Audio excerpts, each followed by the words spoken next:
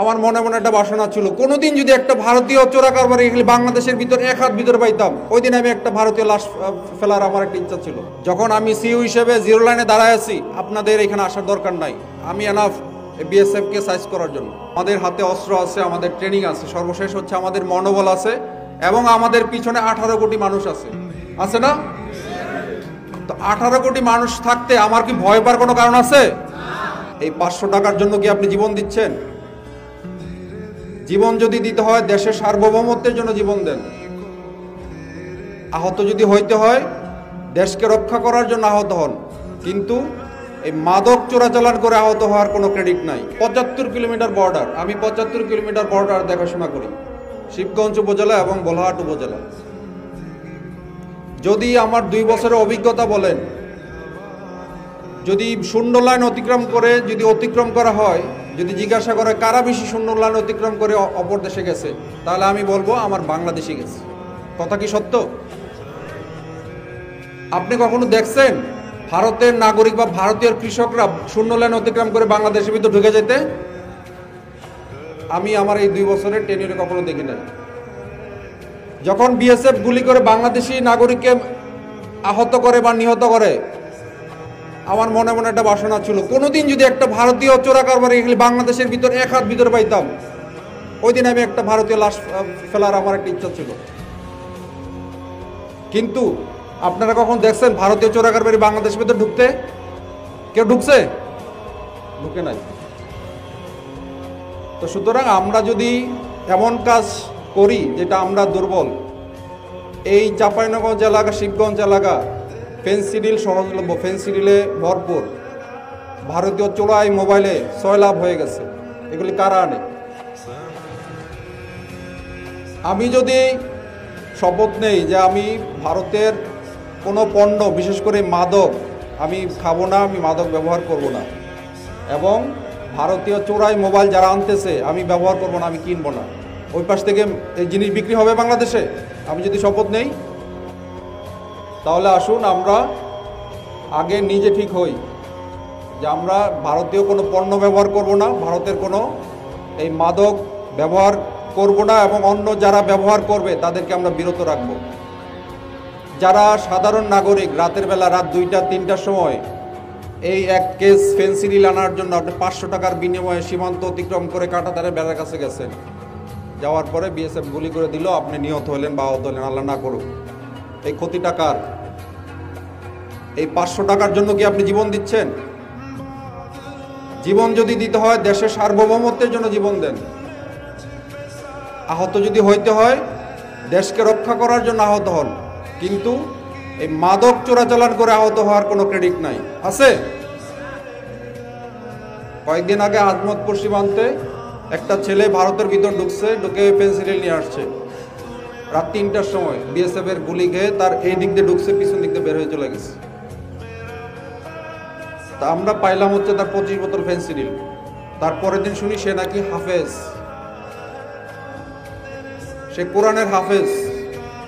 আমি কাউকে অপমান করছি না, তাহলে আপনি হাফেজ হন বা লেখাপড়া মানে শিক্ষা গ্রহণ করছেন, তাহলে এই লেখাপড়ার মূল্যটা কোথায় রইল? আমি যদি এই মাদক আনার জন্য ভারতে প্রবেশ করি এবং এই 25টা বোতল ফেন্সিডিল যারা মাদক শিবিরা সেবন করবে আমি ওইটাই এনে দিচ্ছি, তাহলে এটা কি আমাদের জন্য ঠিক হবে? তো সুতরাং আমরা এই ধরনের কোনো চোরাচালান, বিশেষ করে মাদক এবং অন্যান্য ভারতীয় যেগুলি চোরাচালান দ্রব্য আছে, আমরা এগুলি আনবো না, এবং যারা আনবে আমরা তাদেরকে প্রতিরোধ করব। কোনো ব্যক্তি যদি মনে করে স্যার আমি আজকে রাতে 500 টাকা না পাইলে 500 টাকার জন্য আমি মাল আনতে যাচ্ছি, আপনি ওই চোরা কারবারি 500 টাকার জন্য যান, আপনি আমাকে ফোন দেন, আমি আপনাকে 500 টাকা দিচ্ছি অনুদান হিসাবে।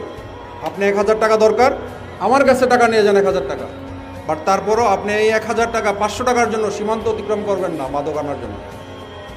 কথা বুঝাইতে পারছি? আর সর্বশেষ আমার কথা আমি বাড়াবো না, এখানে আমাদের শিবগঞ্জ থানার ওসি সাহেব আছেন, ইউনো সাহেব আছেন, তারা বলছেন আপনাদের সকল ধরনের সাহায্য সহযোগিতা করবেন। আমাদের যে বর্তমান প্রশাসন, আমরা একসাথে সবসময় কাজ করি, এখানকার এসপি মহোদয়, ডিসি মহোদয় এবং আমরা একসাথে সবসময় ডিসকাস করি যে কিভাবে করলে ভালো হয়, কোনটা করলে প্রতিরোধ হয়, আমাদের এই শিবগঞ্জ যে আমাদের ঘটনা ঘটছিল, এটা সারা বাংলাদেশ, সারা বিশ্ব এটার দিকে নজর ছিল। ইন্টারন্যাশনাল মিডিয়া, দেশীয় মিডিয়া, সকল মিডিয়া আমাদের দিকে ফোকাস ছিল। সুতরাং এমন কোনো কাজ করা যাবে না যেটা আমাদের উপর একটা নেগেটিভ ইম্প্যাক্ট পড়ে। যখন আমি সিইও হিসেবে জিরো লাইনে দাঁড়ায় আছি, আপনাদের এখানে আসার দরকার নাই, আমি এনাফ বিএসএফকে সাইজ করার জন্য। বুঝতে পারছি? যখন আমার প্রয়োজন হবে তখন আমি বলবো ঠিক আছে, আমাদের গ্রামবাসীকে নিয়ে আসো, আমরা সাইজ করি। তা আমি না ডাকলে আপনারা ওখানে ভিড় করে আমাদের কাজকে ব্যাঘাত ঘটাবেন না। আমাদের হাতে অস্ত্র আছে, আমাদের ট্রেনিং আছে, সর্বশেষ হচ্ছে আমাদের মনোবল আছে, এবং আমাদের পিছনে 18 কোটি মানুষ আছে না? তো 18 কোটি মানুষ থাকতে আমার কি ভয় পাওয়ার কোনো কারণ আছে? তো ইনশাল্লাহ বিজিবি হচ্ছে, আপনি দেখেন আমি কি লাগাইছি আজকে, বিজিবি হবে সীমান্তের নিরাপত্তা এবং আস্থার প্রতীক। ফার্স্ট হচ্ছে, আমি যখন বিজিবি আমার শূন্য লাইনে বিজিবি দাঁড়ায় থাকবে, আপনি নিশ্চিন্তে থাকেন যে বর্ডার সিকিউরড, বর্ডারে নিরাপত্তা আছে। আর আস্থা হচ্ছে, আমরা যে কোনো কাজে আপনি আমার সাহায্য সহযোগিতা পাবেন, হোক সীমান্ত সম্পর্কিত, হোক অন্য যে কোনো সম্পর্কিত, বিজিবিকে আপনার পাশে পাবেন। একজন বলেছিল চেয়ারম্যান সাহেব যে শিবগঞ্জ থানা অনেক দূরে, এত দূর যাওয়ার দরকার না, আপনার পাশেই আমাদের প্রতি 5 কিলোমিটার দূরে দূরে হচ্ছে আমাদের বিজিবি ক্যাম্প। আমাদের বোলাহাট সহ আমাদের প্রায় 19টা ক্যাম্প আছে বিভিন্ন জায়গায়। প্রতিটা জায়গায় এই সীমান্তবর্তী জেলায় আমাদের ক্যাম্প আছে। সুতরাং আপনাদের যে কোনো প্রয়োজনে বিজিবিকে আপনারা সাথে পাবেন, পাশে পাবেন, আমি সেই আশ্বাস দিচ্ছি। সর্বশেষ হচ্ছে, আমার পক্ষ থেকে আমি আসলে সবাইকে ধন্যবাদ দিতে চাই। আমি কাউকে কখনোই গালিও দেব না, আমি কারোর প্রতি মন খারাপ নাই। আমি ধন্যবাদ দিতে চাই আমাদের এই পুলিশ প্রশাসনকে। যখন 5 তারিখ থেকে ঝামেলা শুরু হয়েছিল, এসপি মহোদয় বারবার জিজ্ঞাসা করছে যে কিবরিয়া ভাই কিছু লাগবে, কোনো সহায়তা লাগবে? আমি বললাম শুধু দোয়া করেন, ইনশাল্লাহ কোনো সমস্যা নাই।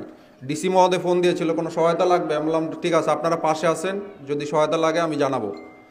আর সর্বশেষ আমি ধন্যবাদ দিতে চাই এই চৌকা এবং কিরণগঞ্জ গ্রামবাসীর প্রতি। আপনারা বিজিবির সাথে ছিলেন, পাশে ছিলেন, এই জন্য আমার অন্তঃস্থল থেকে আমি সবাইকে ধন্যবাদ দিতে চাই। এই শুধু শিবগঞ্জবাসী না, এই পুরো বাংলাদেশের 18 কোটি মানুষ আমাদের বিজিবির সাথে ছিল। তো ইনশাল্লাহ এই সাপোর্ট যেন আপনাদের সবার থাকে। এবং সর্বশেষ রিকোয়েস্ট হচ্ছে, যেটা বললাম, আপনাদের এলাকায় আপনারা চিহ্নিত করেন কারা কারা এই কাজে, এই মাদক চোরা কারবারি করে, কারা বিভিন্ন ধরনের চোরাচালানের সাথে জড়িত, আমাকে খবর দেন, আমরা ধরে শিবগঞ্জ ওসি সাহেব আছেন, আমরা ওনাকে হ্যান্ডওভার করব, বাকি আইনানুগ ব্যবস্থা উনি নিবে। তো সুতরাং আমাদের এই শিবগঞ্জ এবং এই এলাকার যেন বদনাম না হয়। গত 2024 সালে আমাদের ব্যাটালিয়ান প্রায় 50 কোটি টাকার চোরাচালান পণ্য আটক করেছি, 50 কোটি, এবং আসামি ধরেছি 140 জন আসামি। তো এইটা অনেক বেশি চোরাচালান পণ্য, অনেক বেশি আসামি, এটা কিন্তু ভালো মেসেজ না। এইটা আমাদের এই রংপুর রিজনে এই 15টা ব্যাটালিয়নের মধ্যে একটা সর্বোচ্চ ব্যাটালিয়ন এই আসামি ধরা এবং এই বিভিন্ন মাদক এবং ফেন্সিডিল ধরা। সুতরাং আমি চাই না এই ব্যাপারে আমি ফার্স্ট হইতে, আমি চাই এই মাদক চোরাচালান পণ্য, অন্যান্য অপরাধ কমে আসুক সীমান্ত এলাকায়। আর সাংবাদিক ভাইদের আমি ধন্যবাদ দিতে চাই, আপনারা শুরু থেকে শেষ পর্যন্ত আপনারা পাশে ছিলেন, অ্যাকচুয়াল ঘটনা আপনারা তুলে ধরেছেন, সেই জন্য আমাদের বিজিবির পক্ষ থেকে সবাইকে ধন্যবাদ জানাচ্ছি। আর একটু খেয়াল রাখতে হবে, কিছু কিছু সাংবাদিক আছে, সাংবাদিক বলবো না, তারা সাংবাদিকের কাতারে পড়ে না, ওরা হচ্ছে ভিউ বাড়ানোর জন্য মিথ্যা নিউজ দেয়। আমরা যখন এখানে কাজ করতেছিলাম, সন্ধ্যার সময় আমার কাছে একটা ফোন আসলো, একটা নিউজ আসছে সীমান্তে 16 জন বিজিবি নিহত। তা আমি শোনার পর ওই কোশ্চেনের আমি উত্তরই দেই নাই। তো এই ধরনের মিথ্যা গুজব আমাদেরকে প্রতিরোধ করতে হবে। তারপর হচ্ছে ভারতীয় বিএসএফ কমান্ডেন্ট আমাকে বলতেছে যে এক্সেলেন্সি আমাকে দিল্লি থেকে ফোন দিছে, এইখানে নাকি 2 জন বিএসএফ নিহত হয়েছে, ওরাও অপপ্রচার চালাচ্ছে। তো সুতরাং আমরা এই ধরনের গুজব বা অপপ্রচার যেন না হয়, আমরা সেদিকে খেয়াল রাখবো। এবং সর্বশেষ আমি সবাইকে এখানে অনুষ্ঠানে অংশগ্রহণ করার জন্য আমাদের অনুসার বিজিবির পক্ষ থেকে প্রতিটা সদস্যকে আমি ধন্যবাদ জানাতে চাই। ধন্যবাদ জানিয়ে আমার বক্তব্য এখানেই শেষ করছি।